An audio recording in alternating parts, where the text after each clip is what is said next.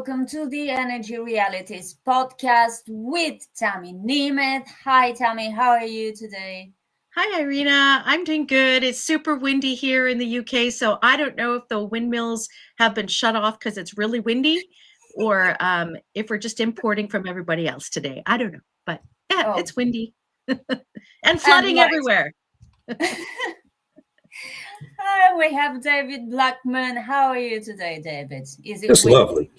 Beautiful weekend, and we got a lot of rain, and I'm just so happy. I'm always so happy when we get rain. We haven't had much this year. We should send you some of ours because we've had way too much I rain. know. I Yep. know. I wish it was. We need to build Going pipelines, interconnected system of water pipelines all over the world, so we can share water. Yeah, Geoengineering, come on. Yes, Bill Gates. Let's get that's Bill a Gates on that. sensible form of geoengineering. And we've got Stu Turley. Where are you today, Stu?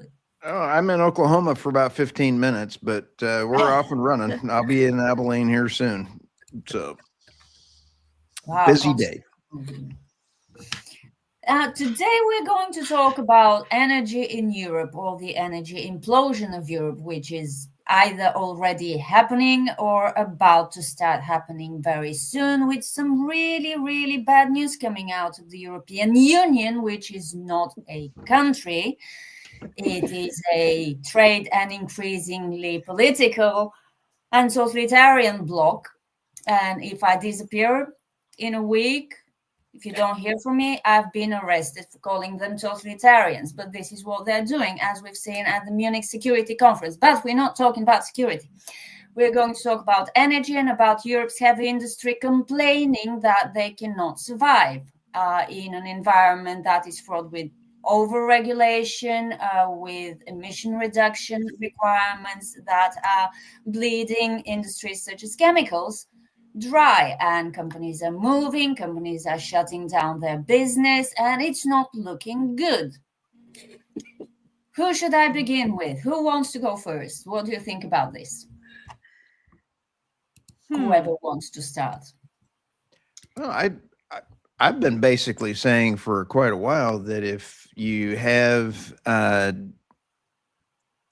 new trading block coming up around the corner, we're seeing that playing out in real time. I've been confirmed on these theories for the last several weeks now by anybody that is following net zero is actually going to be deindustrializing and then really realigning with China. And so as we look at the new security that President Trump has rolled out, saying, Europe, you need to have manufacturing and create your own defense mechanisms. Okay. How are you going to do that with no coal for steel? How are you going to be manufacturing giants when Germany is in a fiscal decline? I believe they're going to be in the third year of a decline. I need to go check my numbers on that, but they are deindustrializing and losing, and so goes Germany, so goes the EU as far as economics go. I think we are watching a self-destruction of the EU, Canada, and the UK in real time. Yeah, that really sounds very pertinent, because now there's talk about a two-speed European Union with a core of countries in the fast lane, I guess, trying to promote policies that the rest of us may not be too much on board with. And energy is one of these areas. Tammy, what do you think about European Union policies in the energy sphere recently, in recent weeks? Well, it once again, I think it indicates the contradictions within the European Union, because on the one hand, it's all about net zero, but on the other hand, they're faced with this idea that they have to rearm because the United States said, well, we're not going to be providing defense for you. You have to defend yourselves. So the thing with defense is that it actually takes a lot of energy, a lot of materials, a lot of minerals to make the equipment for defense. And now they're in this conundrum, this contradiction where they still are doubling down on net zero. There's going to be this new sort of offshore wind electricity thing with Netherlands and France and Germany and all those different countries, which makes no sense. And then there was that, I love that story you had, Irina, where France said, we don't need so much wind and solar because we have this glut of electricity or something. It made no sense. Yes, and it's worth noting that they don't have a lot of wind and solar as percentage of their energy mix. And even that is less than 10% or something because of all the nuclear they have. And it's still too much when it generates. Yeah. And let's not forget that the European Union is still sponsoring the Ukraine. They just approved a $90 billion loan. And loan is, putting it politely. And Germany, speaking of defense, Germany's defense minister said that their stocks are depleted. They can't send any more weapons to the Ukrainians because they don't have them.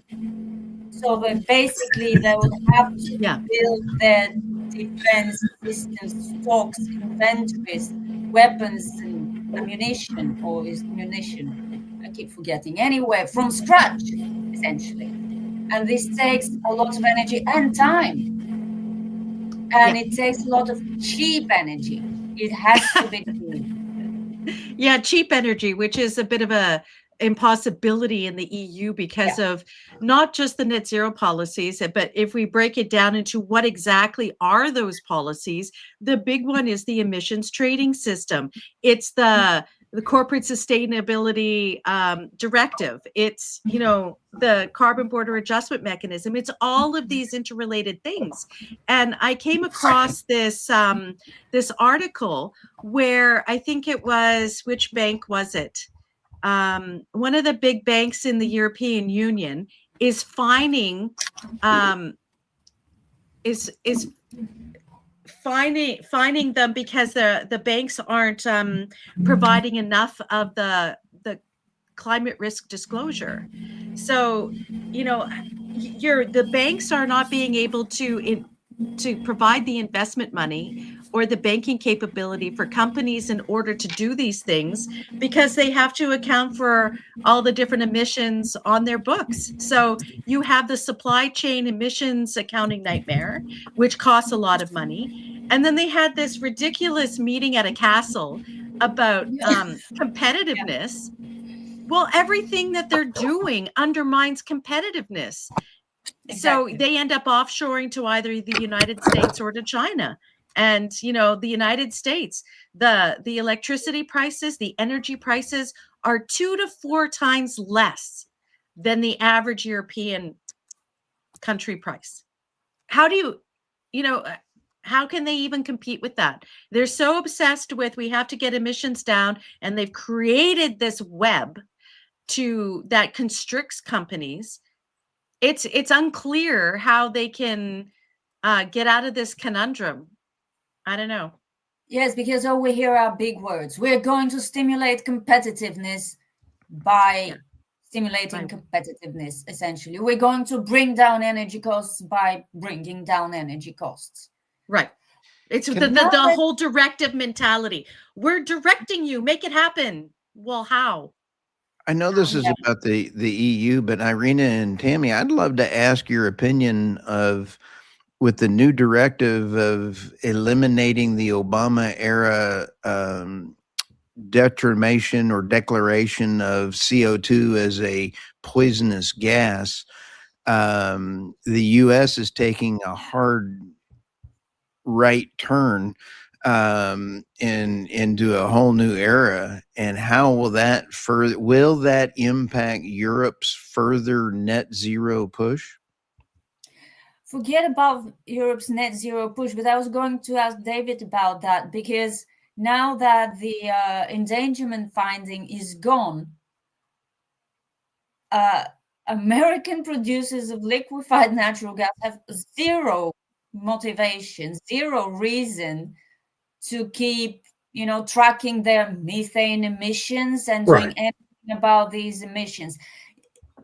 Do you think, David, that at some point European exporters of LNG could tell Europe, we're not doing your methane regulation? American exporters of LNG, you mean?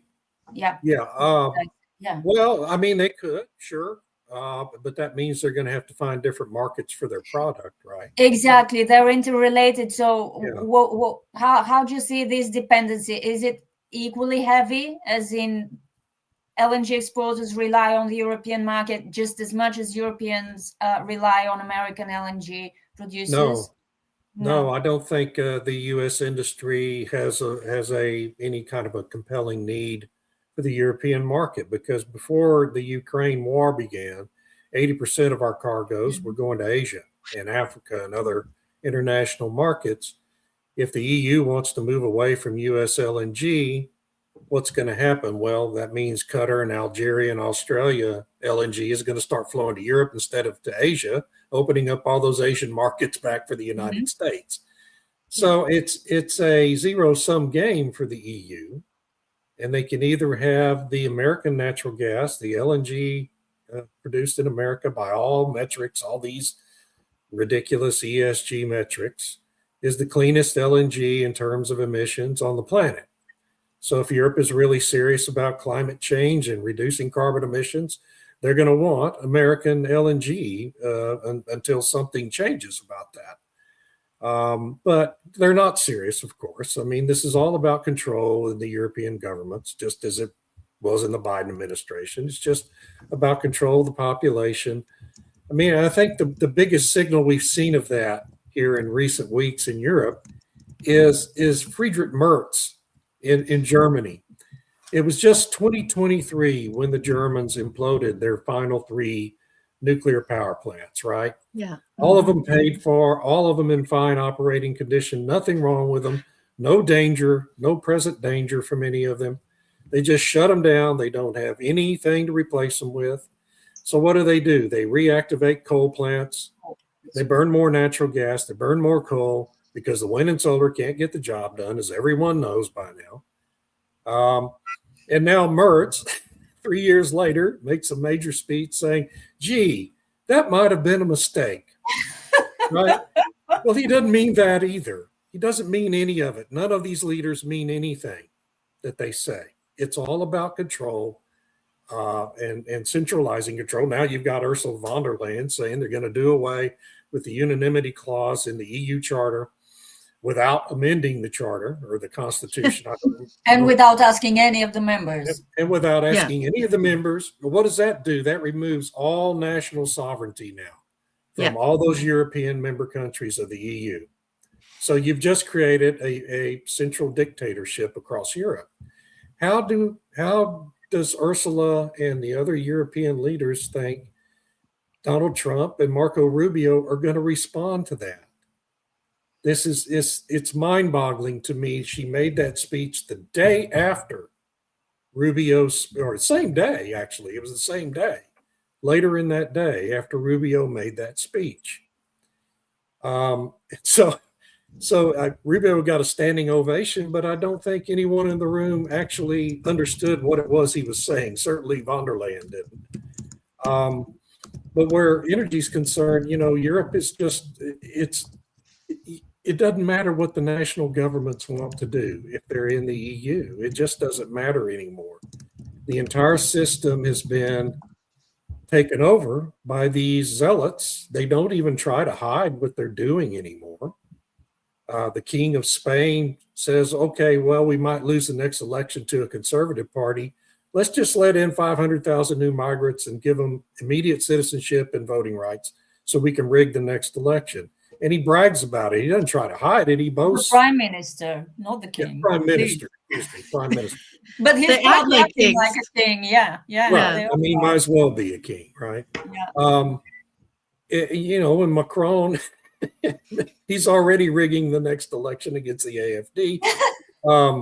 It's just, and they just don't there's no attempt to mask any of this anymore. They are headed headlong in a headlong rush to try to get this all in place before anyone can react and try to stop it. And I feel like it's almost a hopeless situation now, and it certainly doesn't make me happy in any way. But where energy is concerned, I just think the continent is on this course to central control and energy dependency on China, and we all know what that means at the end of the day. You know what's interesting? This centralization, basically, what they have their hold, the Brussels hold over member states is financial. If Mhm. you don't play by our rules, we're going to stop your money. Yeah. And as I listen to you, this got me thinking just how long until some member states come to the conclusion that it's better to lose EU funding rather than have a civil war on their hands, because people are hungry, people can't pay their bills, and people have no jobs Right. because of EU central policy. I really don't want to see this happening, but you got me thinking if it could get as bad as this, when the choice is between, saying no to EU money just to keep the peace at home. And I'm beginning to think that it's not an implausible scenario in the near Well, future. don't you think Hungary is the test case for that? What the Hungary is the EU test is. case. That's why they're already talking about manipulating their elections. I mean, they Yeah. welcomed the opposition leader with open arms. What happened to not favoring any candidates? What happened to sovereignty? But they already did that in And Romania and Slovakia they and already other did that countries, in right? Did it Romania. in Of course, France. they Did it in that in France and the West. They Bulgaria. did it in France, yeah. Yeah. Did Ursula it in the came to Netherlands. visit ahead of our last or second before last elections. I can't remember anymore. She came to officially and very publicly endorse one party. Yeah. Mhm. So when they do it, it's perfectly fine. If anybody else does it, it's authoritarian and undemocratic, and it shouldn't be done. Yeah.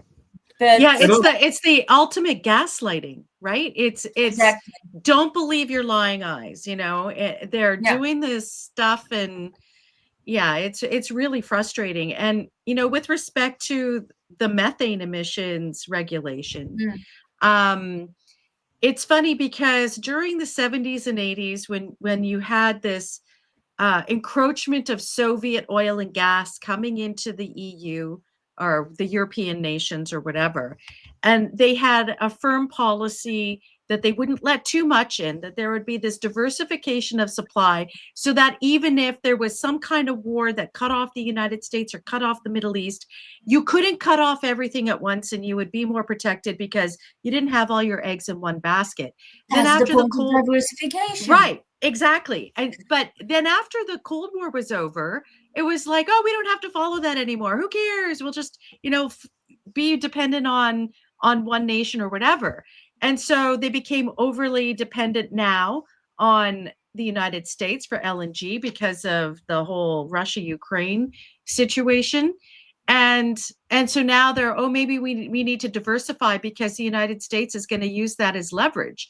Well, the Brussels effect has been leverage of the European community for 20, 30 years, where they come up with rules and say, if you want access to our market, you better do X, Y, Z, which is why we have all this absurd emissions accounting stuff, because they're like, if you want access to our market, you have to do that. But at what point do countries just say, you know what?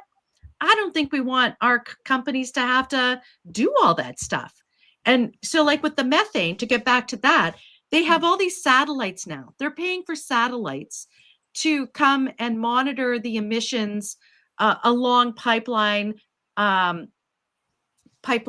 routes, along where the LNG facilities are, where the natural gas fields are.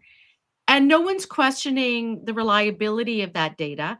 And then they want to use that in order to say, well, you say you have low emission stuff, but actually you're really bad. And so therefore we need you to account for this and pay money in order to access our market. And like I said, at some point, countries like the United States or wherever needs to just say, yeah, no, we don't want to do that. They're not going to do that. They're not going to do that because what's so precious about the European market? And as David said, there's always Asia. Right. Yeah. The Unless problem's Asia going to goes be, down though, this road. that the other side of it is you have to realize that all of these LNG providers have entered into long-term contracts with certain countries and customers in Europe, right?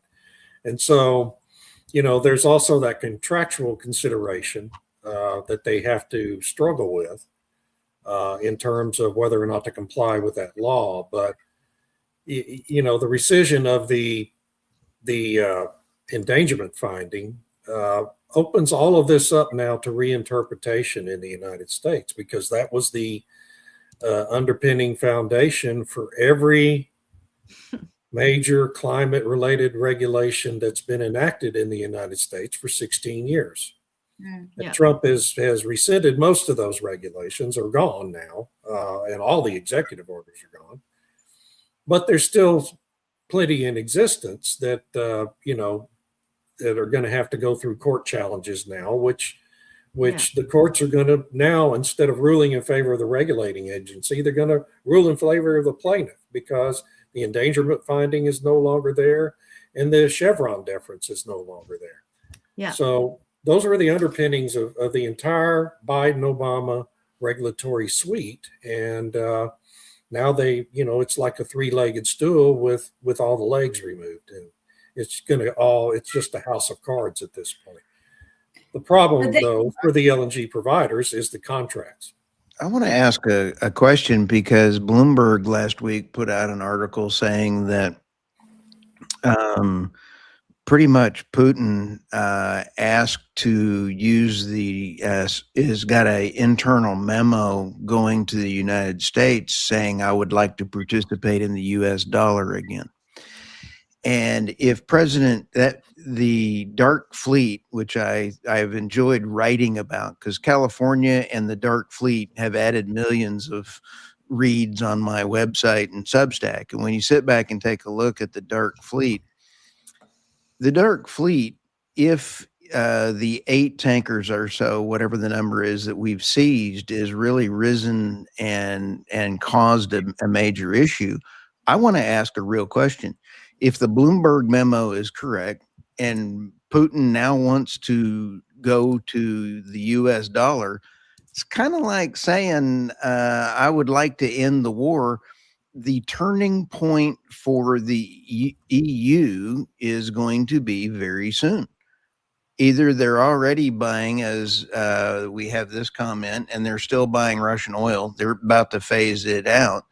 Are they going to go back to buying Russian natural gas and LNG? They're still going through that. I want to ask the question and just be real. At the end of the Ukraine war, are they going to be buying Russian LNG and natural gas again? Or are they going to continue to deindustrialize? I think it's going to be a major question. You're right. But let's talk about this when we get to it, because now they have this ban on all Russian energy imports effective next year. So now they're buying all the Russian LNG they can get their hands on before this ban comes into effect.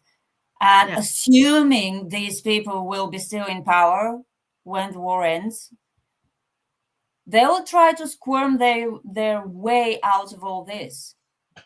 Yeah. But yep. I don't know how they're going to do it. And I want to ask this, Irina, for the Slavic countries that are really hurt the most. I mean, you've got them.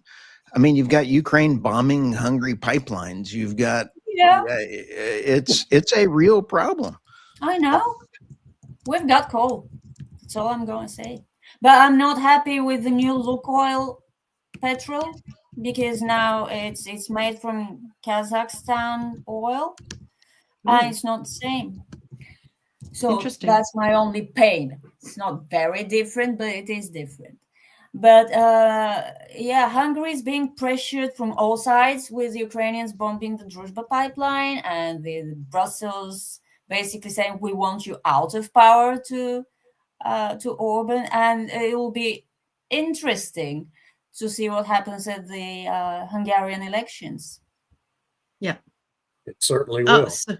so much manipulation. I mean, so if Orban wins again, are they going to, claim that it was manipulated, and the reality Probably, is that, of course, that's what as they're they going do? to do. Yeah. I wanted to make a point though about, when the EU is talking about emissions, and they had this big thing about competitiveness, as long as the emissions idea is prioritized, you can't have competitiveness. You can't. Absolutely. And like ArcelorMittal had, they were really happy they're going to do this investment in France for steel making using an electric arc furnace and so on, probably using nuclear power to do so. But can you make new steel from that, or is that only recycled steel? And if it's just recycled steel, can you use that for defense equipment or anything else? The answer Very is good question. no. Yeah. So what's it for then? If it's just recycling stuff, I don't know. I don't know how that's helpful. You cannot get it steel tough enough for defense use using recycled steel and an arc. It's just not fit. The laws of physics matter. Yeah. And they're still talking about hydrogen. Green hydrogen. Green hydrogen, right? Green in hydrogen, Morocco and sure. Algeria, they're now looking to Northern Africa for their Which they've been doing for a little while. There's been lots of different proposals in the past 10 years and longer where they're going to have this wind and solar from North Africa, and it'll be put into these super conduits under the Mediterranean to the mainland. So yeah, it's going to be so cheap. Patrick, I had no idea that they are being repaired. I know Russians have said they could repair. The one is fine. Can't remember which one. One is fine. One is kind of destroyed. Yeah. So for our podcast listeners, Nord Stream 1 and 2 is actually a series of 4 pipelines. One of them was not destroyed. So you have 3 of the 4 pipelines were destroyed. And here's the real problem with that, Patrick. I don't know the answer to that, but the Canadian turbines have been removed from each end of the pipeline, and that'd be a holdup to turn them back on for at least one of the pipelines. That's a good. The last comment is very good about EU standards have been beneficial, especially in taking out sulfur from gasoline for export. Of course, not everything that the EU has done historically is bad, and that goes for every regulator. I mean, fuel efficiency standards and pollution tailpipe emissions standards have been, of course, beneficial. But now it's all about CO2. We no longer talk about particulate matter pollution, which is actual pollution. Smoke. Real pollution is no longer a problem. Yeah. But now we've made so much progress, as you say, David, that it's no longer a big issue. It still is an issue in some parts of the world, including in Bulgaria, with all the old cars that are being driven around, and when there's a traffic jam, it stinks. Yeah. But so some things have been positive, but they are going crazy about carbon dioxide. Yeah, that's a fixation. This is unhealthy, to say the least. And you mentioned it, Tammy. Everything is going in service to this one priority: reduce CO2 emissions. Yeah, that's it. Because that's the religion. Exactly. We were so successful. And this is a point. I had a call from an NPR reporter Friday to talk about all this. And of course, none of my comments made it into her story, right? Because what I told her was, the whole reason we focused on carbon dioxide was because these laws, the Clean Air Act and the European laws, have been so incredibly effective in taking real pollution out of Yeah. the atmosphere. 99% effective, even on coal plants. Reductions in particulate matter and NOx and SOx. That the environmentalist community had lost its reason for being and its ability to raise money because it didn't have a catastrophe to point to anymore. So they made up this theory about carbon dioxide being a greenhouse gas, and it's become this global religion. It's all a religious exercise. It's all an exercise designed to exert control from central governments over populations, using climate hysteria as the driving force, just like COVID was used for the same ends in 2020 and 2021. And it's fading now. It's in the retreat now, and the pushers behind it are reacting irrationally as we would expect them to. And so she was very polite and said, well, thank you for your input, and I'll never hear another word from her, right? Because that's not the narrative NPR wants to pursue on this. So anyway. Well, there's a really great chart at the EPA. It's the air quality historical data from 1970 to the present. And you can just see, like around the 90s or so, the air quality improves significantly. So all the different particulate matter, and so they had, I think there was 5 or 6 different things that they were monitoring. They all went like this. Yeah. Till it's like this negligible thing over the past 20 or 30 years. And like you say, David, they lost their purpose. If it was about real environment, cleaning up the rivers, cleaning up the industrial pollution, and they were incredibly successful at doing it. Instead of saying, wow, we've got this under control, we did a great job, it's like, where's our next thing? Because we need to fundraise. And where's the next thing that we can exert power and control over people? And it's morphed into this, climate is such a great subject for people to manipulate because it can mean anything. It can mean anything. And it's always there. Exactly. We have a storm comes through, climate change, and then you have dry weather, it's climate change. And then there's lots of snow where you're never going to see snow, but when there is snow, that's still climate change. Yeah. It's amorphous in that way. Yeah. So Mordecai has an interesting comment here where he says, it's always the regulatory overreach and CO2 mania, isn't it? Yes. CO2 has been used as the excuse for the regulatory overreach. Sometimes I think with the EU and the progressive movement in general, if it wasn't CO2, it would have been something else to have that regulatory overreach.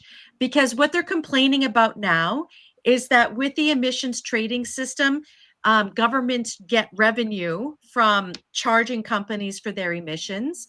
And now Ursula von der Leyen's complaining that they're not reinvesting it into green projects. They're only spending 5% of it towards green. And so this is yet another excuse for the central government in the EU to say, we don't like how you're spending your money. Exactly.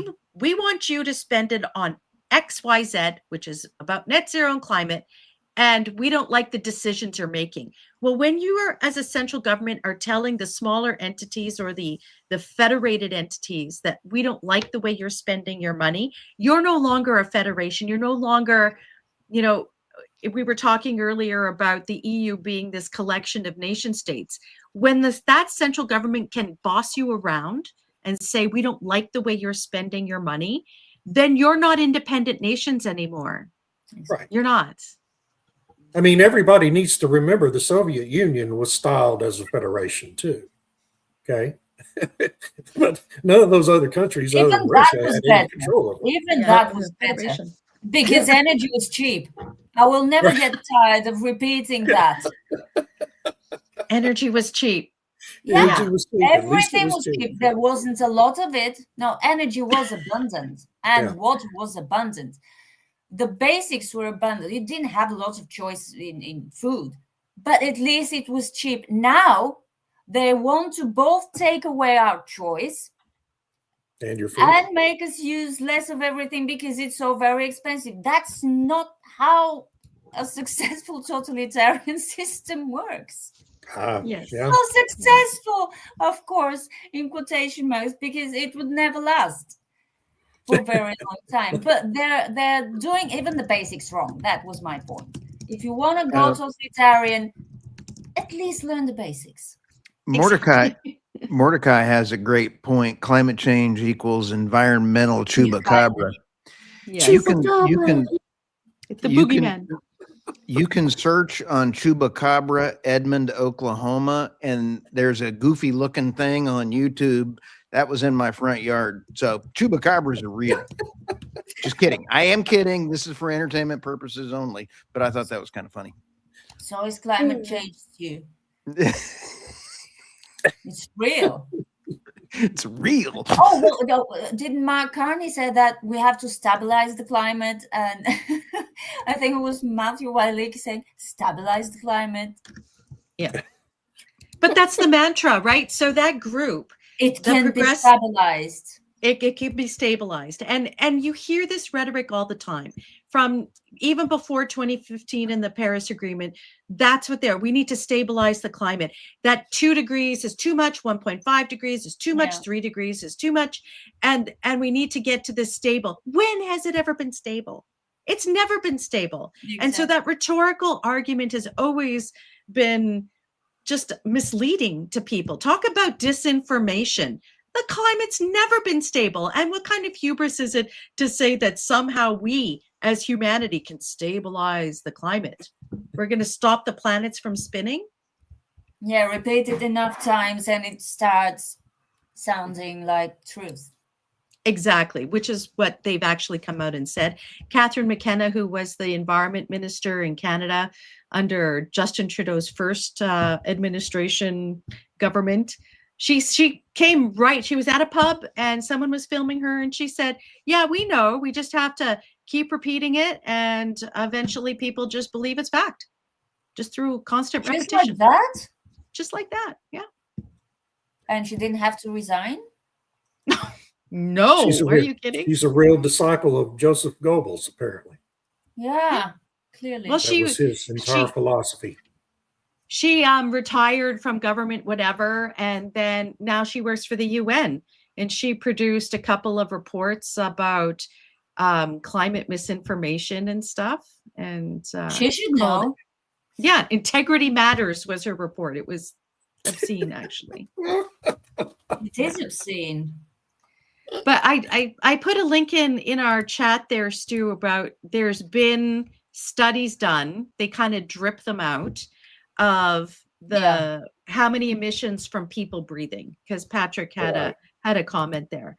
And researchers are researching that. What's the humanity's contribution to emissions? Yeah, Leeds University in London had that study that was published in 24 or 25. But human breathing was like 3% of emissions. I mean, it's wild, man. So I guess they want us to stop breathing. Yeah.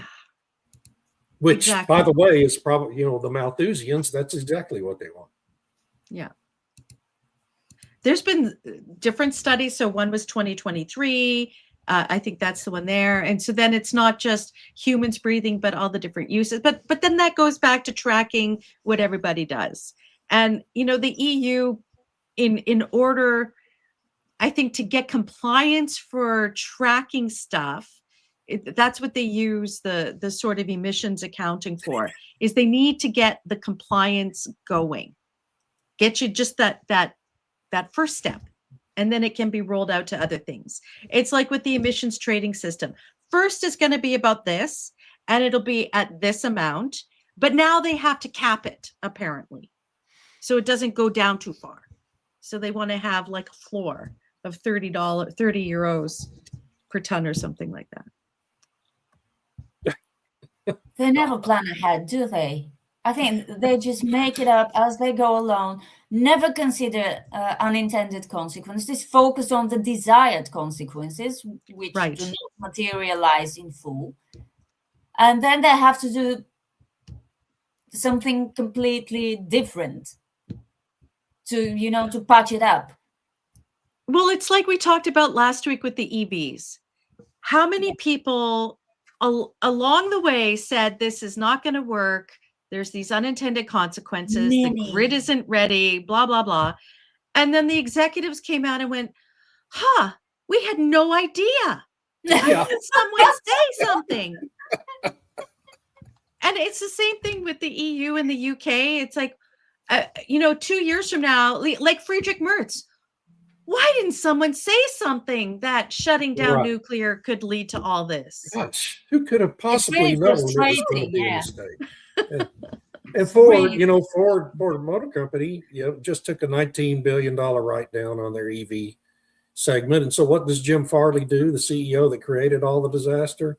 Last week, he introduces a new midsize pickup truck, all electric truck, right, to replace the F-150 Lightning, which completely cratered and failed.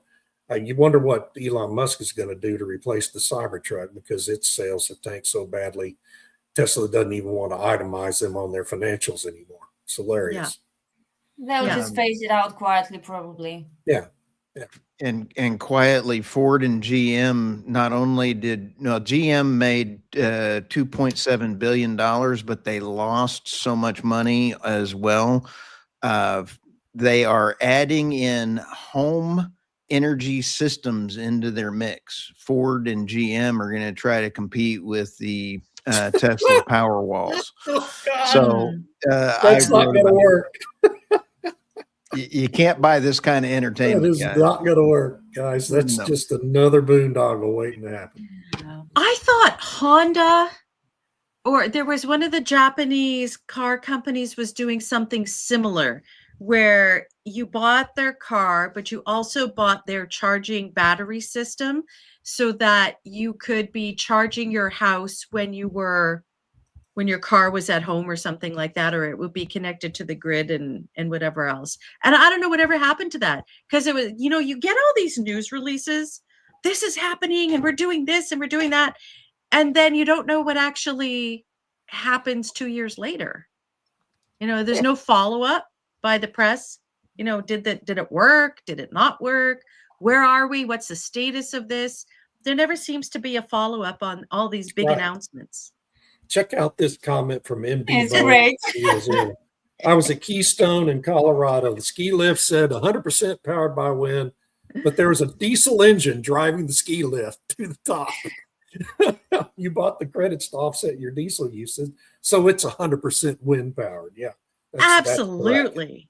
That's the racket. Yeah, I wrote about carbon credits just today. It's really, really hilarious, especially in Europe. Because what are they going to do now? The industry says stop the phase out of the free permits and stop raising the prices. And they're talking about, this market needs liquidity. Yeah. And it needs stability. You could have seen that stability. No, they won't ever higher carbon permit prices. So they can, stimulate the companies to invest in wind and solar instead of buying permits. But then it's too expensive and the chemical industry is dying. So what are you going to do now? I don't know. And it's not just the chemical industry, right? I mean, it's but they were really loud about it. Yeah. But I mean, the steel industry, Germany once had a very thriving steel industry. So did the UK, for that matter. Yeah. And now the UK doesn't have any smelters left, right? I don't think. I think there's one, but is there one still functioning? Okay. Well, functioning. They're trying to convert it to electric, and it needed a bailout. That was that kerfuffle last year where they shut down the coal mines in the UK, and then they were importing coal from Australia via Japan. Right. And then the smelter, whatever, was owned by Tata, but then it got partially sold to a Chinese company. Then the government had to step in. I mean, it's a mess. It's just a mess.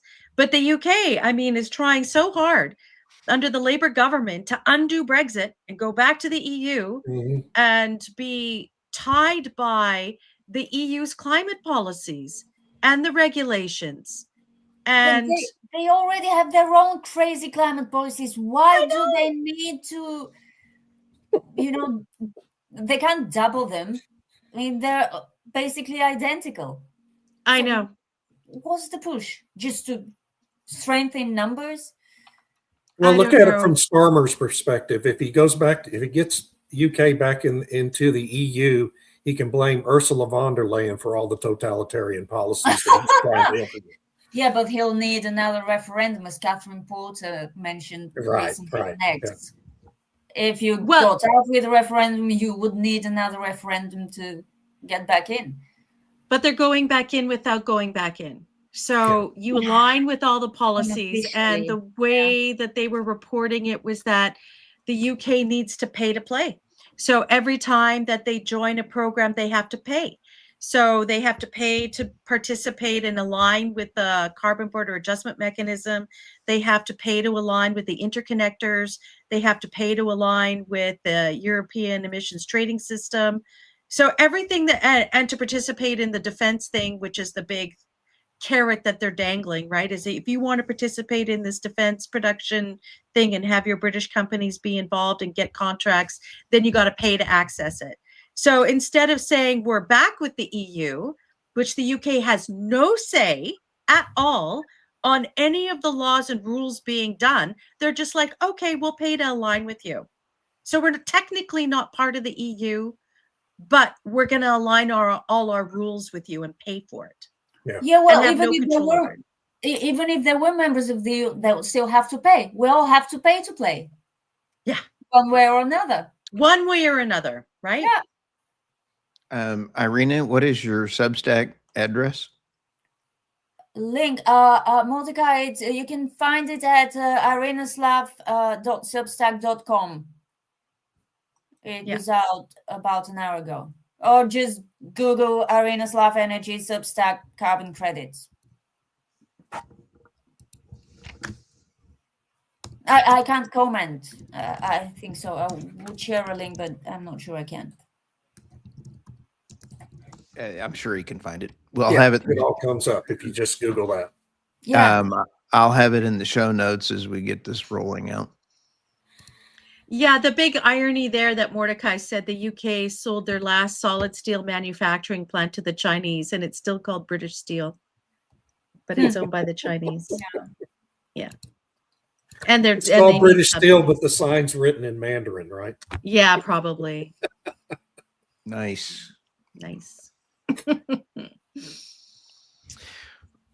Well, we've thoroughly whopped around the world today, didn't we?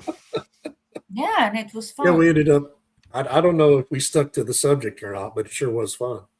We actually did. I think we did. I think that the leaders around the world are not listening to their people. And I think that it is not only in the United States, it's in Canada, it's in the UK, it's in the EU, and they're trying to stuff their visions down our ears. And I think there is going to be a breaking point soon. People are not going to put up with this. And I think that the real question is going to be, I firmly believe, I've been hopeful that the Ukraine war would be ending soon. And I think that by that Bloomberg article, I'm getting hope that President Putin wants to go back to the US dollar. If he does, maybe he was. Bloomberg, Yeah. Bloomberg is wrong a lot. Bloomberg is right a lot. Bloomberg is wrong a lot. I'm just saying they've got a lot of things there. I'm just saying if they put it out there, it's not me creating it in a dream. I'm hopeful that the Ukraine war is going to be over someday. And that brings up the real question. Is the EU leadership going to try to continue to deindustrialize, or are they going to try to just sit there and have a reliable power source available and put in long-term contracts? That's what got them in trouble. it before the Ukraine war was the lack of long-term contracts. That was one of their problems, but One. yeah, Amongst many. one of Well, their speaking many. of speaking of Ukraine, they don't have to worry about Germany running out of stuff to give them because Gavin Newsom, California's governor, was in Munich Saturday, and he announced that his state of California has signed a memo of understanding with Ukraine's government to help supply Ukraine. Now, how that's going to happen, With I have what? no With earthly what? idea because What that is are they going clearly to supply the well, I Ukraine mean, with? it's clearly an unconstitutional thing. No state in the Yeah. United States can do that, but it's so bizarre. It's all such political theater. That is Wow. theater. My Guys, goodness. this was a circus. I have never seen such incompetence from the Democrat leaders in a foreign country trying to vie to run for a political office for the office of the United States presidency. It was embarrassed. I was embarrassed for them for about 1.3 nanoseconds because I was actually enjoying watching their incompetence on stage.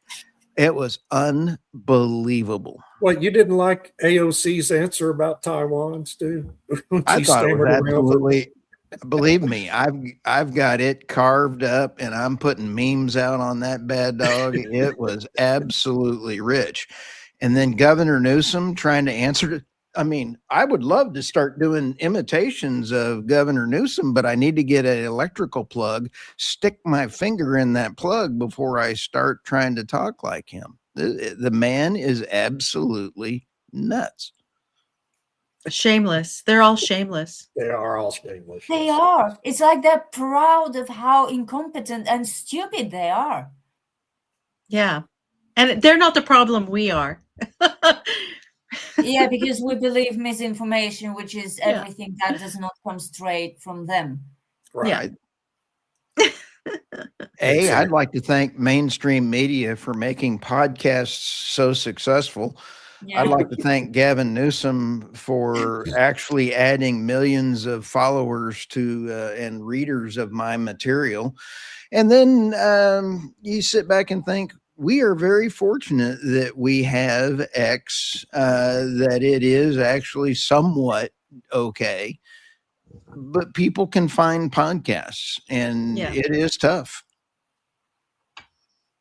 Where Yeah. would we be without X, podcasts, and Substack?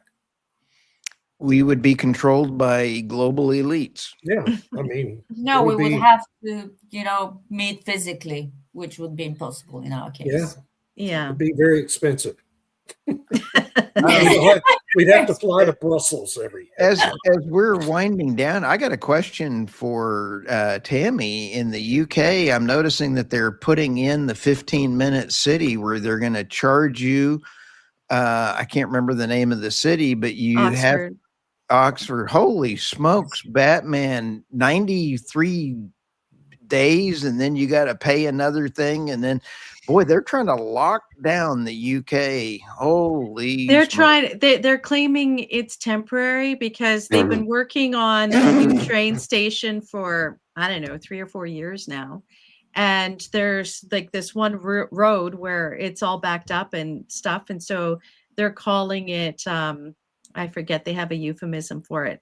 But so when we go into Oxford, if we want to go to the one mall that there is, where there's the one good parking, is they've put the cameras there. They're license plate readers. And we had to apply because we come from outside the city. We get 16 visits or something where we don't have to pay the fee.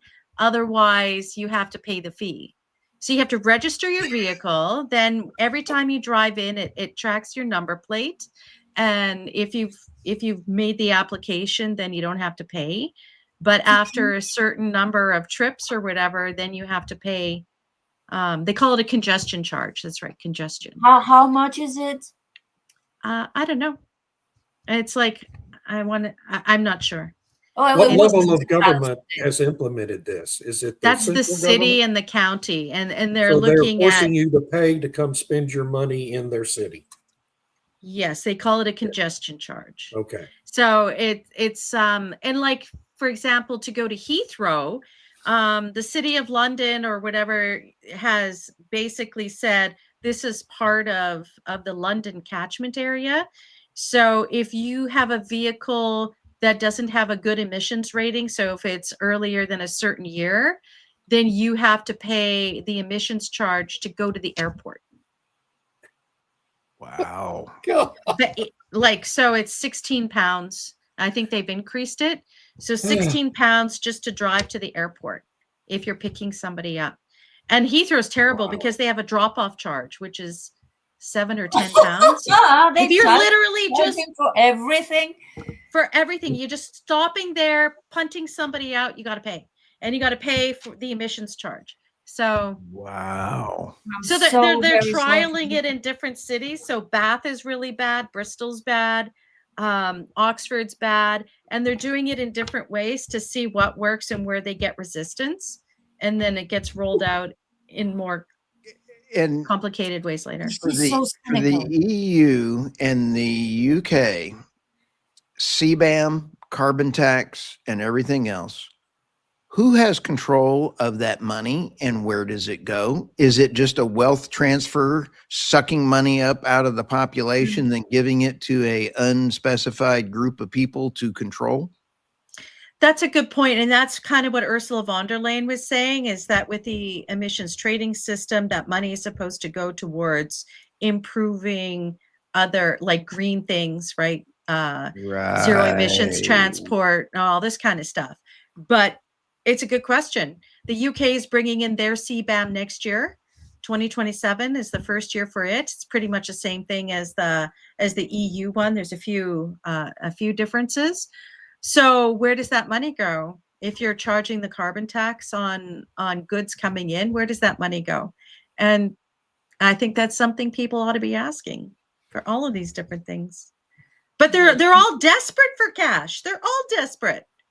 So And I think With all President that Trump, money. I think President Trump redid how the EU and the UN are rethinking money when he's pulling out of either NATO or the UN or any of those other funds. We've kind of wiped out their budget. And I noticed that somebody was putting out that the UN is approaching a catastrophe for their budget, thanks to the US is pulling out of all these funds. Yeah. Irina, you were saying something? I was surprised that with all that money that they get from fees and from all these regulations, as you said, they're starved for cash. It's very interesting, isn't it? There's always a black hole in the finances. Yeah, boy. spontaneously there. No, David, to answer your Always. question, no, I'm still in. Well, it's like Holland. Did you guys see what they're doing where they're changing if you realized, unrealized. So if your stocks go up, you have to pay a tax on that increase, even if you haven't sold the stock. But they were floating an idea similar in Canada for housing. So if the value of your house goes up, they wanted to tax that value, even if you hadn't sold your house. But people flipped out, and it was like, whoa, and they pulled it. But these governments are desperate. They've been spending like drunken sailors, and the spending continues. Like, how many new programs did people say? I mean, it's crazy. Minneapolis. How did they even think about that? Or how many the unrealized Somalians? gains. Yeah, I mean, you got to love Somalians and their taking over on and teaching California how to be stealing money. Well, I think California was already doing that. Oh, Very successfully. very successfully for Kevin decades. Newsom told, what was his name? Hold my beer. Yeah. Yeah, it'll be interesting to see if they're able to uncover stuff. But yeah. Great job, Irina. Oh, we didn't do the stories. We forgot. Oh, it was too interesting for the stories. Well, I think it went great. Thanks for all the comments. Yes, thank you, everybody. Really good comments. Thank you. All right. and have a lovely week. And we're out. Have a great Bye. time. All right, y'all. Bye. Have a great